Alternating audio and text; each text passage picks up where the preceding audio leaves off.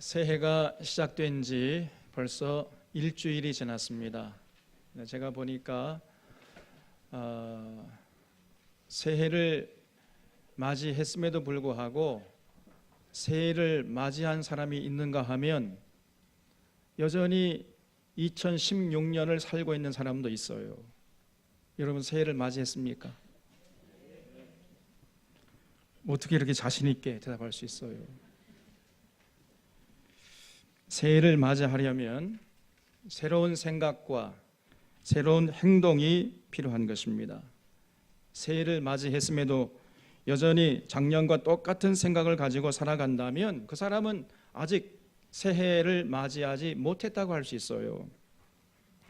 사실 이 시간이라는 것을 보면은 시간에는 매듭이 없어요. 인간이 인위적으로 2016년과 2017년을 나눠 놨을 뿐이지 사실 시간은 매듭이 없는 것입니다. 작년에 뜬 태양이 변함없이 올해도 뜨고 있을 뿐이에요. 이런 의미에서 시간에는 두 종류의 시간이 있습니다. 그래서 이 크로노스의 시간이 있는가 하면 카이로스의 시간이 있다 이렇게 얘기를 해요. 이 크로노스의 시간은 그냥 흐르는 강물처럼 끊임없이 흐르는 시간의 연속을 말합니다. 거기에 반해서 이 카이로스의 시간은 이 크로노스의 시간 속에서 그저 예수님이 탄생하신다든지 아니면 내가 무슨 새로운 사업을 시작한다든지 이렇게 어떤 의미 있는 사건이 일어나는 시간을 말하는 거예요. 그게 카이로스의 시간입니다.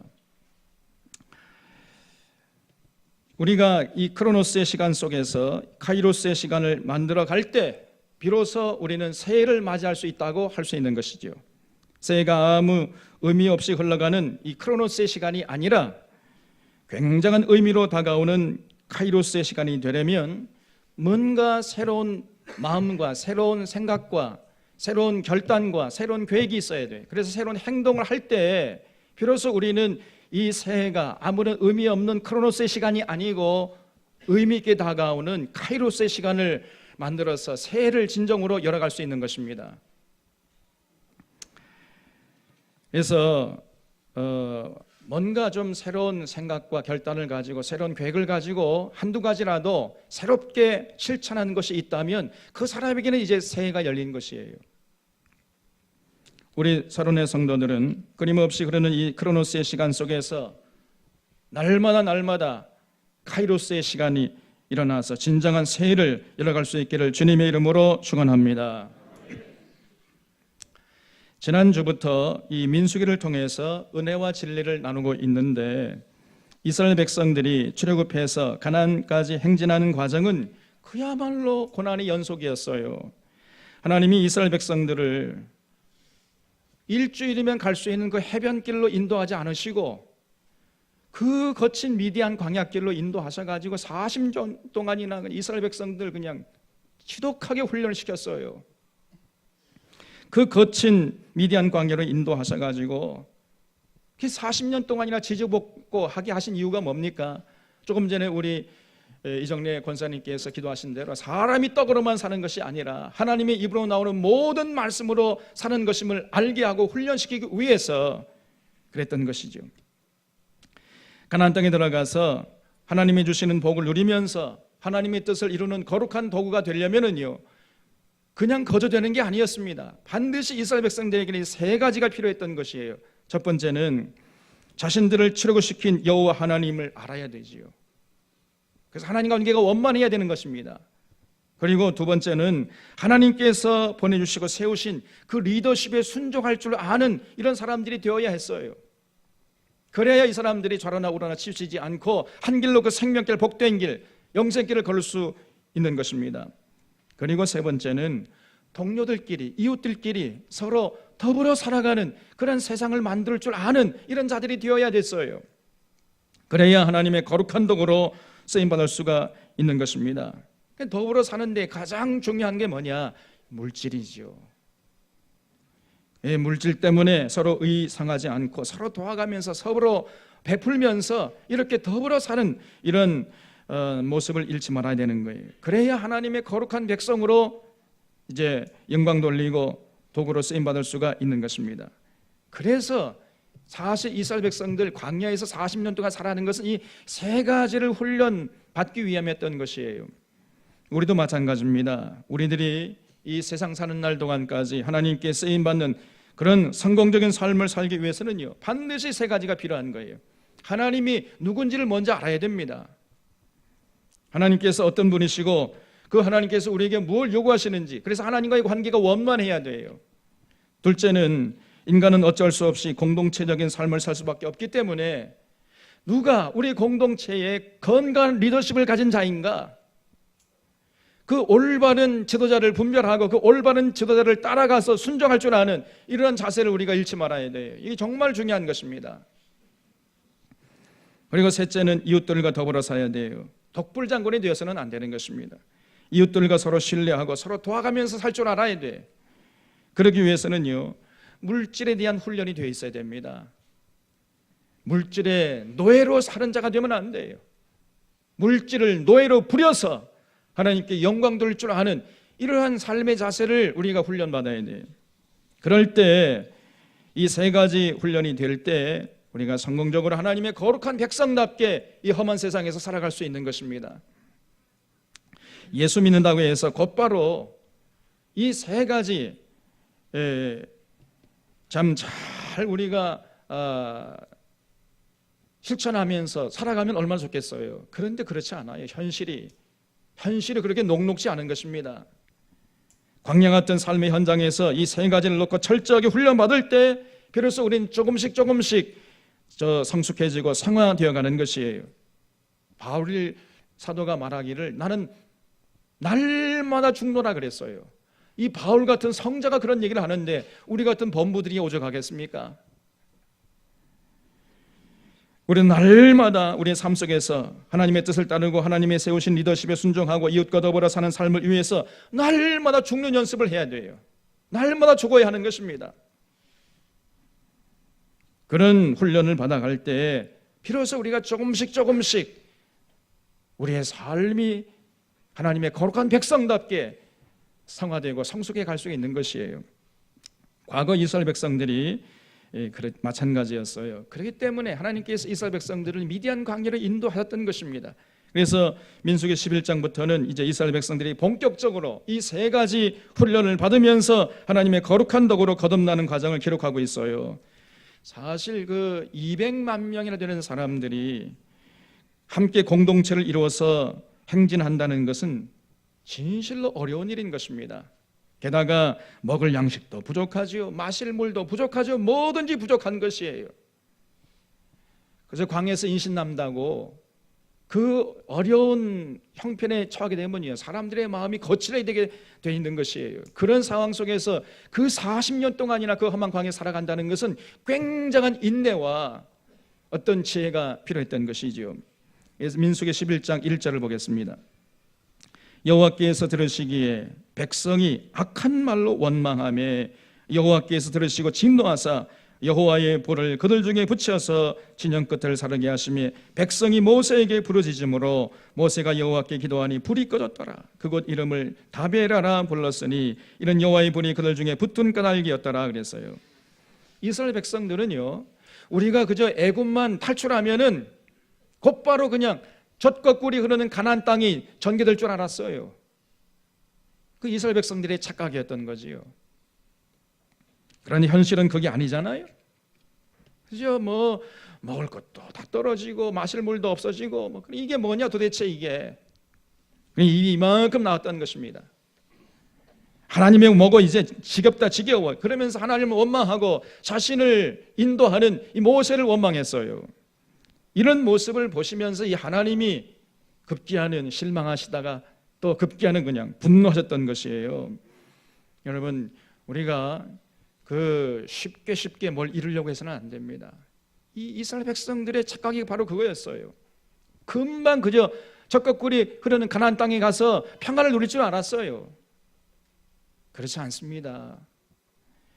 나라나 개인도 마찬가지예요. 국가적으로 볼 때에 모든 사람들이 행복하게 살아가는 성숙한 민주주의를 만드는 것, 그럼 얼마나 좋겠습니까? 하루아침에 그렇게 만들 수 있다면 얼마나 좋겠어요. 그런데 결코 그런 성숙한 민주주의를 하루아침에 만들 수 있는 게 아니에요. 많은 시련과 역경을 이겨내야 하는 것입니다. 프랑스 혁명도 한 번으로 완성되어 끝난 것이 아닙니다. 여러분 꼭 기억하셔야 돼요. 1789년 프랑스 대혁명이 일어난 후로 끊임없이 그에 비슷한 그 혁명들이 끊임없이 일어났던 것입니다. 이걸 잊지 말아야 돼요. 1789년에 우리가 말하는 그냥 그야말로 대혁명이 일어났던 것이죠. 그리고 그 뒤에 1830년에 7월 혁명이 일어났고 1832년에 6월 봉기가 일어났고 1848년 2월 혁명 등등 끊임없이 작은 혁명들이 계속 일어났던 것이에요. 이걸 뭘 말합니까? 그 국민이 국가의 주인이 되도록 하는데 방해하는 이 기득권 세력들이 끊임없이 저항했던 것이에요. 잊지 말아야 됩니다. 그래서 그 프랑스 시민들이 시민들이 국가의 주인이 될 때까지 그런 참으로 성숙한 민주주의를 저해하려고 하는 그런 기득권 세력들에게 끊임없이 저항하고 일어났던 것이에요. 잊지 마셔야 됩니다. 우리도 일제에서 벗어난 후에 6.25 동란을 거쳐서 4.19 혁명, 5.18 광주 민주항쟁을 거쳐서 60 항쟁, 그리고 지금 촛불혁명까지 이런 혁명들을 거쳐서 지금 여기에 이른 것이에요. 앞으로 우리가 좀 더 성숙한 민주주의를 이루기 위해서는 어떤 역경이 기다리고 있는지 모르는 것입니다. 그러나 우리는 여기서 주저앉으면 안 돼요.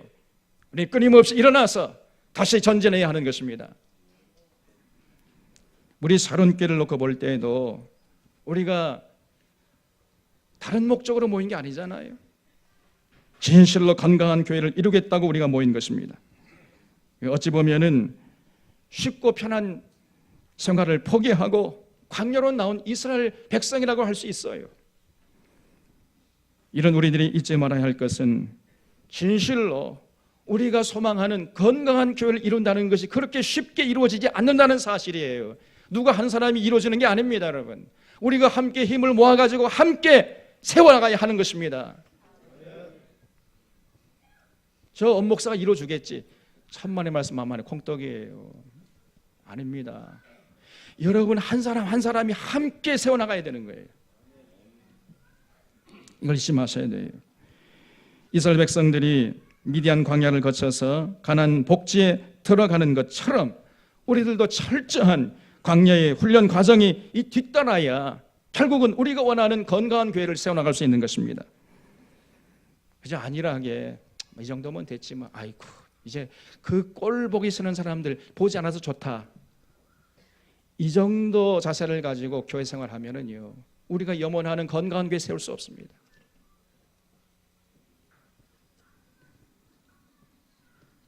그런 정도의 마음을 가지고 이 자리에 참여한다면은 빨리 생각을 바꿔야 돼요. 그런 자들은 금방 실망하고 이스라엘 백성들처럼 하나님을 원망하고 불평하는 세력이 되고 마는 것입니다. 이제 우리는 광야에서 철저하게 훈련받아야 돼요. 그럴 때 비로소 우리가 원하는 건강한 교회를 세우고 하나님께 영광 돌리고 하나님께 쓰임을 받을 수 있게 될 것입니다. 4절을 보겠습니다. 그들 중에 섞여 사는 다른 인종들이 탐욕을 품음에 이스라엘 자손도 다시 울며 이르되 누가 우리에게 고기를 주어 먹게 하랴 그랬어요. 그러니까 출애굽할 때 이스라엘 백성들만 나온 것이 아니라 다른 인종들도 섞여 나왔다는 것을 알 수가 있지요. 그런데 이들이 이스라엘 백성들과 함께 나왔잖아요. 야, 이스라엘 백성들이 하나님이 최고의 하나님이구나. 애굽에 있을 때 10가지 재앙을 통해 가지고 그 여호와 하나님이 대단한 분이신 걸 알았어요. 그래가지고 출애굽할 때 같이 나온 것입니다. 그래 이스라엘 백성들 같이 나왔으면 이제 하나가 되어야 하는데 이 사람들이 물과 기름처럼 하나가 되지 않고 그저 따로따로 그냥 분리되어 있었다 그 말이죠. 그래서 이 공동체가 하나 되는 것이 힘든 거예요. 우리 사랑교회도 마찬가지입니다. 누구든지 이 사랑의 공동체에 들어오게 되면 하나가 되도록 스스로 노력을 해야 돼요. 물과 기름처럼 그저 분리되어 있으면 안 되는 것입니다. 누가 나를 뭐 섞어주겠지 안 되는 거예요. 스스로 여러분들이 이 샤론교회 공동체의 정체성을 확인하고 그 공동체의 정체성에 자기를 맞춰가려고 스스로 애를 쓰셔야 돼요. 굉장히 중요한 것입니다. 사절을 보면은 이 다른 인종들이 섞여 살면서 자꾸 탐욕을 품었다 그랬잖아요. 무슨 말이겠어요? 다시 말해가지고 자꾸 불평 세력, 불만 세력이 됐다는 겁니다. 자기들의 형편에 만족하지 못하고 자꾸 불평하면서 원망의 말을 퍼뜨린 거예요. 이게 뭐냐 이거 도대체가 이거. 먹을 것도 없고 말이야, 마실 물도 없고 말이야. 그래도 우리가 애굽에 있을 때는 고기 먹고 이빨 쑤시지 않았느냐. 자꾸 이렇게 이스라엘 백성들 앞에서 불평을 쏟아놨어요. 이런 탐욕을 품었던 것입니다. 그럼 못된 생각, 못된 사상, 못된 습관은요, 빨리 배우는 거예요. 빨리 퍼져나가는 것입니다. 그러니까 이스라엘 백성들이 그걸 금방 배워버렸어요. 그래가지고 모세 앞에 나와가지고 하나님 앞에서 하나님의 그 놀라운 능력을 체험에도 불구하고 자꾸만 불평을 원망하는 거예요. 5절 말씀 보면은 우리가 애굽에 있을 때에는 값없이 생선과 오이와 참외와 부추와 파와 마늘들을 먹는 것이 생각나거늘 이제는 우리 기력이 다하여 이 만나 외에는 보이는 것이 아무것도 없도다. 이러면서 낙심하고 하나님을 원망하고 그 애굽의 노예 생활을 그리워하고 있어요. 애굽에서 노예 생활할 때 얼마나 고통스러웠습니까? 그런데 그 애굽의 노예 생활을 이 사람들이 그리워하고 있어요. 그때가 좋았다는 거예요. 그러면서 하나님의 능력을 불신하면서 낙심하고 울고불고 했던 것입니다. 그러니 중간에 끼어있는 모세가 난감하지 않겠습니까? 11절 말씀을 보면 모세가 여호와께 여짜오되 어찌해서 주께서 종을 괴롭게 하시나이까 그랬어요. 하나님께 나가서 항변하는 거예요. 어찌해서 내게 주의 목전에서 은혜를 입게 아니하시고 이 모든 백성을 내게 맡기사 내가 그 짐을 지게 하시나이까? 이 모든 백성을 내가 배웠나이까? 내가 그들을 낳았나이까? 어찌해서 주께서 내게 영편한 아버지가 젖 먹는 아이를 품듯 그들을 품에 품고 주께서 그들의 열조에게 맹세하신 땅으로 가라 하시나이까? 이 모든 백성에게 줄 고기를 내가 어디서 얻으리이까? 그들이 나를 향하여 울며 이르되 우리에게 고기를 주어 먹게 하라 하온즉 책임이 심히 중하여 나 혼자는 이 모든 백성을 감당할 수 없나이다 그랬습니다. 지금 모세가 죽을 지경이에요. 그냥 여러분 이 지도자 노릇하는 것도 쉽지 않은 것입니다. 그 거친 사람들 데리고 그 험한 광야를 건너서 가나안 땅까지 가는 게 그 쉬운 일이겠어요? 모세가요 너무 힘이 드는 거예요. 이게 그럼 모세가 낳은 자들도 아니지 않습니까? 또 모세가 자기가 하고 싶어서 하는 일도 아니잖아요. 하나님이 등 떠밀어 가지고 하라고 하니까 할 수 없이 지금 하고 있는 건데 백성들은 그저 입만 열면 불평하고 원망해야 되니 말이에요. 자신을 향해서 고기를 먹게 해달라. 아니 고기가 지금 어디 있습니까? 지금 이 마당에. 그러면서 애굽의 노예 생활을 그리워하고 있으니 참 이 모세가 난감한 거예요. 그런 모습을 보면서 또 이 하나님이 기가 찬 겁니다. 하나님이 실망하시다가 급기야 이스라엘 백성들 분노하셨어요. 여기 18절 말씀 보면은 또 백성에게 이르기를 너희의 몸을 거룩히 하여 내일 고기 먹기를 기다리라. 하나님이 고기 보내주시겠다는 겁니다. 너희가 울며 이르기를 누가 우리에게 고기를 주어 먹게 하냐? 애굽에 있을 때가 우리에게 좋았다 하는 말이 여호와께 들렸으므로 여호와께서 너희에게 고기를 주어 먹게 하실 것이라. 하루나 이틀이나 닷새나 열흘이나 20날만 먹을 뿐 아니라 냄새도 싫어하기까지 한 달 동안 먹게 하시리니 이는 너희가 너희 중에 계시는 여호와를 멸시하고 그 앞에서 울며 이르기를 우리가 어찌해서 애굽에서 나왔던가 함이라 하라 그랬어요. 하나님께서 그런 이스라엘 백성을 보시면서 그저 하루 이틀 3일 일주일이 아니라 한 달 동안 그냥 그 코에서 고기 냄새가 뵐 수 있죠. 질리도록 먹게 해주시겠다는 거예요. 이렇게 말씀하시고 31절에 보면 바람이 여호와에게서 나와 바다에서부터 메추라기를 몰아 진영 곁 이쪽 저쪽 곧 진영 사방으로 각기 하루길 되는 지면 위 2규빗쯤에 내리게 한지라 그랬어요. 놀랍게도 어디서 사방팔방에서 메뚜기 떼가 날아와 가지고 쌓이는데 무려 그 쌓이는 두께가 몇 센치냐 2규빗이라 그랬어요. 하루 길을 가는데 2규빗이나 쌓여있어요. 하루 길 동안 가는데 여러분 하루 길을 몇 킬로 갑니까? 아침 일찍 시작해가지고 하루 종일 걸어가면 몇 킬로 갈 수 있어요? 40킬로. 한 40킬로 칩시다. 1시간 한 4킬로 정도 가니까 10시간만 걸었다 하면 40킬로. 40킬로에 두께가 몇 규빗? 2규빗으로 높이로 쌓였다는 거예요. 40킬로. 좀 놀래주세요. 2규빗이면은 약 1m입니다. 1m. 그러니까 40킬로 길이 1m 높이로 쌓였어요.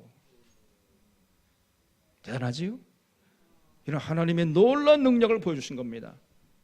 그 이스라엘 백성들이 얼큰이 좋다 하면서 그냥 막 주어라 보라 마시라 막 메추라기를 잡아가지고요, 이제 그 메추라기를 입에 넣고 씹으려고 할 때에 하나님께서 이스라엘 백성들에게 진노하신 것입니다.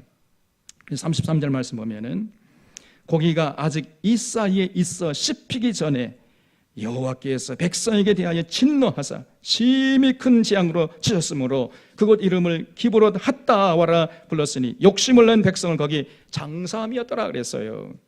이스라엘 백성들이 좋아라 하면서 이 메추라기 고기를 입에 넣고 씹으려고 할 때 하나님께서 그냥 아구통을 돌려버렸어요. 그냥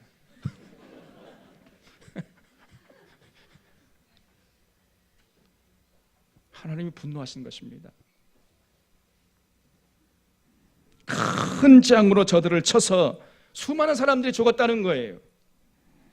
당장 현실이 좀 어렵다고 가나안의 비전을 포기하고 주저앉으면서 애굽으로 돌아가자, 그 시절이 좋았다, 이런 사람들 가지고는 뭐 새로운 역사를 이룰 수가 없다는 것입니다. 그런 사람들이 이거 뭘 하시겠냐는 거예요. 이게 하나님의 심정이었던 것입니다. 그 정도 사랑 가지고서는 세일을 할 수가 없잖아요. 우리 사론교도 마찬가지입니다. 오늘 우리는 진실로 하나님이 기뻐하시는 건강한 교회를 세우고자 이렇게 광야로 나왔습니다. 우리 사론교회가 지금 광야교회예요. 이걸 보세요. 제가 보니까 찬양대가 얼마나 아름답게 찬양하는데 천장도 이렇게 낮아가지고 소리가 퍼지지도 않잖아요. 모든 게 불편해. 지금 이 찬양대가 하나님 볼 때 마음이 그냥 무너집니다. 우리 과거에 그때가 좋았는데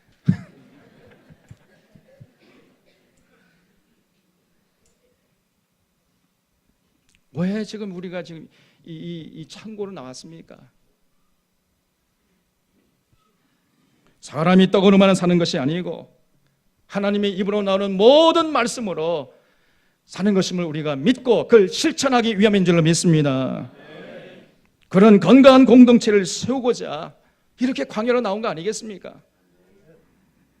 그저 잘 먹고 잘 살게 해준다면 그것이 진리라고 믿고 따라가는 이런 기복신앙에 빠져있는 교회, 이런 교회를 아니고 이제 하나님의 직통계시를 받았다 하면서 엉뚱한 짓을 하고 있는 이 신비주의에 빠져있는 이런 교회가 아니고 오직 그 예수 그리스도를 통해 사랑과의 관계가 원만하게 회복되어서 그 하나님을 사랑하고 하나님의 뜻을 받들고자 우리가 지금 모인 거 아니겠습니까?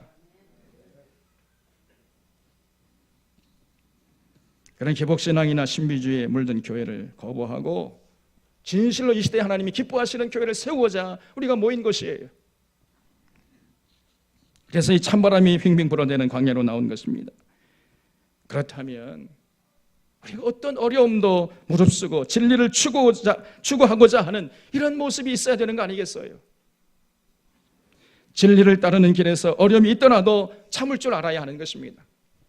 그리고 과거와 단절해야 돼요. 조금 어려움이 있다고 주저앉고 다시 옛날로 돌아가려고 한다면은 용납할 수 없습니다.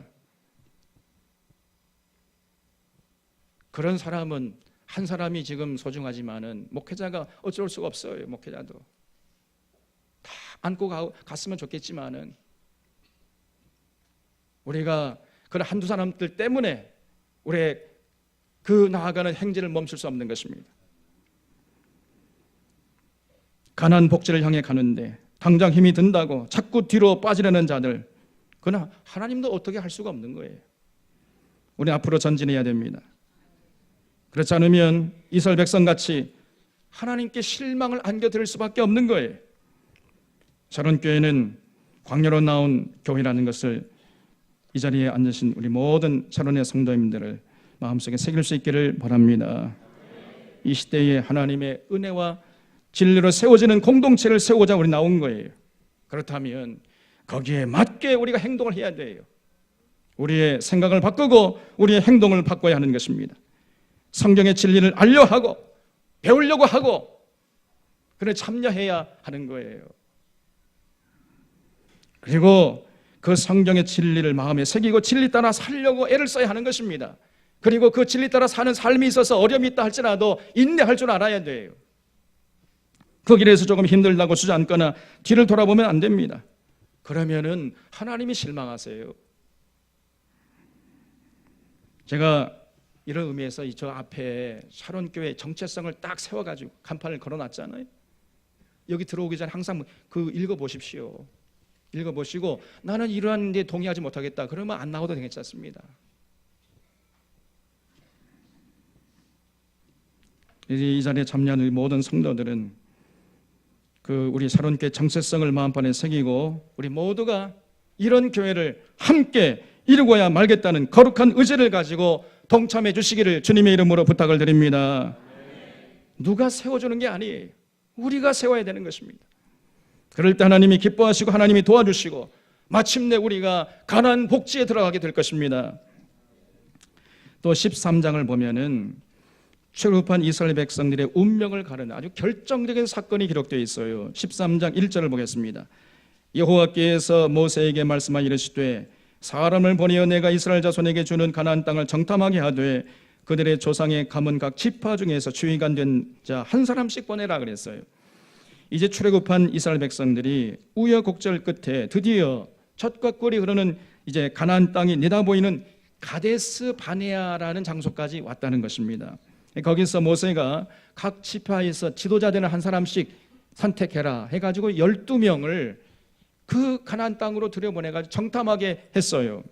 그래서 저들이 40일 만에 돌아와서 보고하는데 이 31절 3장 31절 말씀을 보면은 그와 함께 올라갔던 사람들은 이르되 우리는 능히 올라가서 그 백성을 치지 못하리라. 그들은 우리보다 강하니라 하고 이스라엘 자손 앞에서 그 정탐한 땅을 악평하 이르되 우리가 두루다니며 정탐한 땅은 그 주민들을 삼키는 땅이요 거기서 본 모든 백성은 신장이 장대한 자들이며 거기서 네피림 후손인 아낙 자손의 거인들을 보았나니 우리는 스스로 보기에도 메뚜기 같으니 그들이 보기에도 그들이 보기에도 그와 같았을 것이니라 그랬어요. 가나안 땅이 젖과 꿀이 흐르는 땅은 맞기는 한데 그 땅에서 살고 있는 사람들은 거인족이라는 거예요. 그러니까 우리가 도저히 그 거인족을 이길 수 없다. 우리가 보기에도 메뚜기 같은데 저들이 보기를 오직 하겠느냐. 그러면서 낙심하고 절망을 했어요. 이런 비관적인 보고를 듣고 이스라엘 백성들이 절망을 해버렸던 것입니다. 그래서 민수기 14장 1절 이하를 보면은 온 회중이 소리 높여 부르짖으며 백성이 밤새도록 통곡했더라 그랬어요. 아이고 우리 다 죽었네. 어디 매장지가 없어가지고 우리를 이 광야까지 인도해가지고 여기서 다 칼에 맞아 죽게 하는가 이러면서 하나님을 원망하고 모세를 원망해요. 날마다 하나님의 능력을 체험했잖아요. 낮에는 구름 기둥 밤에는 불 기둥 만나와 메추라기를 먹으면서 날마다 하나님의 그 놀라우신 은혜와 그 능력을 체험함에도 불구하고 그런 비관적인 보고를 듣자마자 이들이 순식간에 하나님의 능력을 잊어버리고 낙심하고 원망하고 불평하고 절망해버렸어요. 그럼 모세의 리더십도 인정하지 않고 여기 민수기 14장 4절 말씀에 보면 이에 서로 말하되 우리가 한 주의관을 세우고 애굽으로 돌아가자 그랬어요. 참으로 기가 막힙니다. 이제 뭐 하나님도 못 믿겠고 저 모세도 못 믿겠으니까 우리가 다른 지도자를 세워가지고 애굽으로 그냥 돌아갑시다. 이렇게 나와요. 이 사람입니까 이게? 그 노예 생활하던 애굽으로 다시 돌아가자는 겁니다. 그러니 그런 모습을 바라보면서 하나님의 심정이 어떠했겠습니까? 하나님의 마음이 불같은 진노로 가득 찼던 거예요.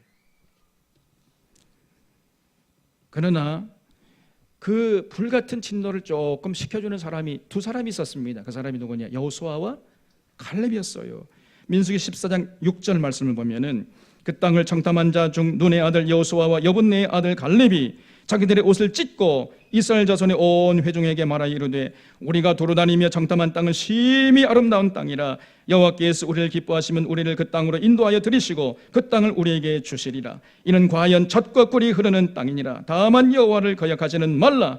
또 그 땅 백성을 두려워하지 말라. 그들은 우리의 먹이라. 그들의 보호자는 그들에게서 떠났고 여호와는 우리와 함께 하시느니라. 그들을 두려워하지 말라 그랬어요. 여러분, 하나님이 우리와 함께 하십니다. 그리고 저 땅은 하나님께서 우리에게 주신 땅입니다. 그러면 우리가 올라가서 취합시다. 그들을 두려워하지 마십시다. 하나님이 우리와 함께 하십니다. 이렇게 외쳤어요. 근데 이 이스라엘 백성들이 그 여호수아와 갈렙 얘기를 귀를 막고 이를 갈고 달려들어서 여호와와 갈렙을 때려 죽이려고 그랬습니다. 그 모습을 보시고 하나님이 실망하시다 못해서 급기야 분노하신 거예요. 그래서 11절 말씀해 보면 여호와께서 모세에게 이르시되 이 백성이 어느 때까지 나를 멸시하겠느냐? 내가 그들 중에 많은 이적을 행하였으나 어느 때까지 나를 믿지 않겠느냐? 내가 전염병으로 그들을 쳐서 멸하고 내게 그들보다 크고 강한 나라를 이루게 하리라 그랬어요. 하나님이 불같이 진노했습니다. 그렇게 큰 이적과 능력을 보여줬음에도 불구하고 나를 멸시하는 저놈들을 내가 다 진멸해 버리겠고 모세를 통해서 새롭게 다시 시작하시겠다는 거예요. 그러니 하나님과 이스라엘 백성들 사이에 중간에 있었던 이 모세가 또 난감했어요. 그래서 하나님 앞에 언업죽 엎드렸습니다. 하나님 제발 고정해 주시옵소서. 하나님께서 이스라엘 백성을 전부 진멸해 버리시면은 하나님 마음이 좀 풀리시겠지만은 그러나 그 주변에 열방들이 보고 있지 않습니까? 그 열방들 뒤에서 뭐라고 하겠습니까? 저 여호와 하나님이라는 작자가 자기 백성들 그 가나안 땅까지 이끌어갈 수 있는 능력이 없기 때문에 광야에서 다 죽겠다 이러고 떠버릴 거 아닙니까? 그러니 제발 좀 고정해 주시옵소서 하나님 이러고 매달렸어요. 이 하나님 모세의 기도를 듣고 보니까 일리가 있잖아요. 하나님께서 20절에서 이렇게 말씀했습니다. 14장 20절 말씀을 보면은 여호와께서 이르시되 내가 내 말대로 사하노라. 그러나 진실로 내가 살아있는 것과 여호와의 영광이 온 세계에 충만한 것을 두고 맹세하노니 내 영광과 애굽과 광야에서 행한 내 이적을 보고서도 이같이 10번이나 나를 시험하고 내 목소리를 청종하지 아니한 그 사람들은 내가 그들의 조상들에게 맹세한 땅을 결단코 보지 못할 것이요 또 나를 멸시하는 사람은 한 사람도 그것을 보지 못하리라 그랬습니다. 하나님께서 그걸 용서하겠다. 용서는 하겠지만은 그러나 하나님의 그 놀라운 능력과 사랑을 체험하고도 하나님을 믿지 아니하는 이런 사람들 절대로 가나안 땅에 들어가지 않게 하겠다는 것입니다. 다 광야에서 죽게 할 것이라 그랬어요. 정말 그 말씀대로 이스라엘 백성들이 광야에서 헤매다가 죽고 말았던 것입니다. 여호수아와 갈렙은 달랐어요. 24절 말씀에 보면 그러나 내 종 갈렙은 그 마음이 그들과 달라서 나를 온전히 따라선즉 그가 갔던 땅으로 내가 그를 인도하여 드리리니 그의 자손이 그 땅을 차지하리라. 하나님께서 이렇게 평가해 주셨습니다. 또 30절에 여분네의 아들 갈렙과 눈의 아들 여호수아 외에는 내가 맹세하여 너희로 거기 거하게 하리라 한 땅에 결단코 들어가지 못하리라 그랬습니다. 그러니까 여호수아와 갈렙만 제외하고 그 이스라엘 백성 200만 명, 출애굽한 200만 명이 전부 광야에서 헤매다가 죽고 말았던 것입니다. 오직 여호수아와 갈렙만이 젖과 꿀이 흐르는 가나안 땅을 차지하는 주인공이 됐다는 것이요. 여러분, 이 가데스 바네 사건은요 우리에게 굉장한 교훈을 주는 것입니다. 어째서 광야에서 200명 많은 그 많은 사람들 다 실패하고 여호수아 갈렙만이 성공할 수 있었습니까? 이스라엘 백성들이 결정적 부족한 게 뭐였어요? 하나님을 몰랐던 겁니다. 하나님이 어떤 분이신지. 그렇기 때문에 하나님 모르니까 자기들이 어떤 존재인지 어떤 공동체인지 몰랐던 거예요. 이게 원인입니다. 반면에 여호수아와 갈렙은 하나님도 잘 알고, 그렇기 때문에 하나님의 눈으로 자기를 보면서 자기들이 어떤 힘을 갖고 있는지 잘 알 수 있었던 거예요. 이 차이밖에 없는 것입니다. 이스라엘 백성들은 광야에서 하나님의 굉장한 능력을 체험하면서도 하나님에서 잘 몰랐습니다. 아니, 하나님에 대해서 알려고 하질 않았어요. 그저 그냥 저들의 모든 관심은 어디가 있었느냐? 애굽의 노예 생활하는 것처럼 그저 잘 먹고 잘 살, 배부르고 등 따스면 그것을 만족했어요. 꼭 짐승 같은 삶을 추구했던 것입니다. 여기에만 관심이 가 있었어요. 왜 하나님이 저들을 광야로 인도하셨는지, 광야의 고난이 어떤 의미가 있는지, 하나님은 어떤 분이신지 전혀 알려고도 하지 않고 몰랐습니다. 아니, 모르면 알려고 해야 할 거 아닙니까? 그저 애굽만 나가면은 젖과 꿀이 흐르는 땅이 전개되겠지, 그 젖과 꿀이 흐르는 땅을 우리가 누리겠지, 요 생각밖에 못했단 말이죠. 하나님 마음이나 하나님의 뜻이나 객관적인 진리나 이런 것들에 대해 전혀 관심이 없었습니다. 오직 그저 당장 잘 먹고 잘 사는 여기에만 관심이 있었던 거예요. 그러니 그런 놀라운 하나님의 능력을 체험하면서도 전혀 하나님을 알지 못하고, 그렇게 하나님 알지 못하니까 자기들이 누구인지도 몰랐어요. 어떤 힘을 가지고 있는지조차 모릅니다. 여러분, 하나님이 함께 하시는 자, 하나님이 함께 하시는 공동체는 대단한 힘이 있는 줄로 믿습니다. 대단한 공동체예요. 하나님이 함께 하신다면은. 하나님이 함께 하시는 공동체를 과연 누가 이길 수 있겠습니까? 이 세상에서. 저들은 이제 더 이상 애굽의 노예들이 아니고 세상 만물을 창조하시고 통치하시는 여호와 하나님이 함께 하시는 공동체 아닙니까? 그런데 자기들이 어떤 공동체인지 몰랐던 거예요. 하나님이 함께 하시고 하나님의 뜻을 행하는 공동체에 함께 하시는 그런 공동체는 얼마나 대단한 공동체가 되는지를 몰랐습니다. 이게 저들의 불행이었어요. 그렇기 때문에 그 결정적인 순간에 스스로 두려워하고 스스로 낙심하고 스스로 절망해버렸던 것이, 이제 그만 하나님의 심판을 자초했던 것입니다. 그러나 여호수아와 갈렙은 달랐어요. 자신들을 광야로 인도하신 그 하나님의 마음을 헤아릴 줄 알았고, 그 고난의 의미가 뭔지도 알았습니다. 그리고 하나님이 함께 하시는 그 공동체 힘이 얼마나 대단한 존재인가 하는 것을 알고 있는 사람들이었어요. 그래서 이런 광야의 고난을 통해 가지고 더욱더 하나님을 깊이 알고 하나님의 가르침에 더욱 철저할 수 있었던 것이죠. 그래서 자신들은 더 이상 이제 애굽의 노예들이 아니고 오합지졸이 아니라 하나님이 함께 하시는 하나님의 군대다, 이것을 깨닫고 있었기 때문에 여러분, 두려워하지 마십시오. 저 안악자손이 거인이라 할지라도 우리가 그들을 이길 수 있습니다. 저들은 우리의 밥입니다. 우리가 올라가서 취합시다. 이렇게 외칠 수 있었던 것입니다. 이스라엘 백성들은 비록 200만 명이었지만은 그들은 하나님을 알지 못했어요. 하나님을 아는 친구 한 사람이 없었던 것입니다.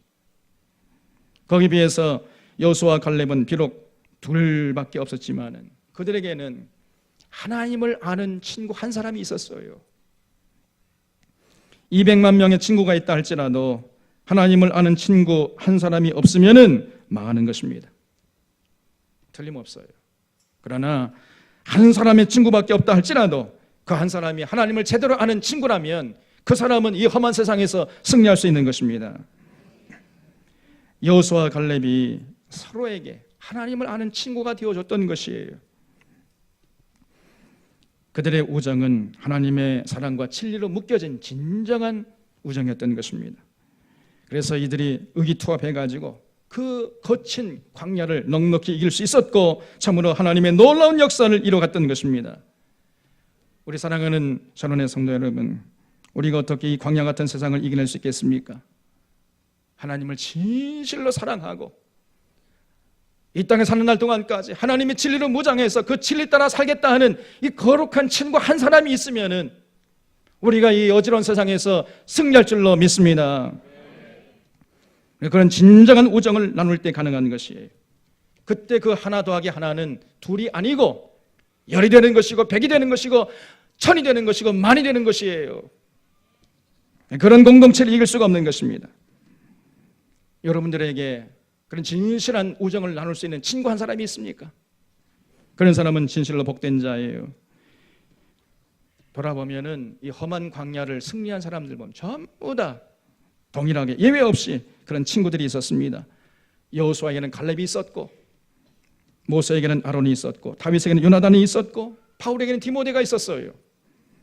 예수님도 제자를 파송할 때에 반드시 둘씩 짝을 지어서 보냈습니다. 1 더하기 1은 2가 아니고 열이고 백이고 천이고 만이라는 사실을 예수님이 잘 알고 계셨던 것이에요. 전도서 4장 12절 말씀에 보면은 한 사람이면 패하겠거니와 두 사람이면 능히 당하나니 삼겹줄은 쉽게 끊어지지 아니하니라 그랬습니다. 한 줄은 쉽게 끊어질 수 있지만은 삼겹줄은요 쉽게 끊지 못합니다. 기러기도 이 날아갈 때 혼자 날아가면 얼마 못 가요. 근데 함께 날아가잖아요. 수만리를 날아갈 수 있습니다. 놀라운 것이에요. 함께할 때에 시너지 효과가 있는 것이에요. 하나님을 모르는 친구 10,000명보다 하나님을 바로 아는 친구 1명이 소중한 것이에요. 그와 힘을 합할 때 우리가 능히 이 험한 광야를 이겨낼 수 있는 것입니다. 그런데 만약에 그런 친구들이 한 사람이 아니고 12명이나 된다면 어떻게 되겠어요? 예수님의 제자 12명이 로마를 뒤집어 엎어버렸잖아요. 12명이 힘을 합하면은 우리 대한민국을 뒤집어 엎을 줄로 믿습니다, 여러분. 그건 대단한 공동체가 되는 거예요. 근데 지금 우리는 몇 명이에요? 여러분 주변에 보세요. 지금 몇 명입니까? 300명이에요. 이 300명이 힘을 합해가지고 하나가 되면은 우리나라뿐 아니라 이 지구를 뒤집어 엎을 수 있지 않겠습니까, 여러분? 아멘 소리가 좀 작아요. 제가 말씀드리고 싶은 것은 우리 사론교회가 대단한 공동체라는 사실입니다, 여러분. 이러지 마세요.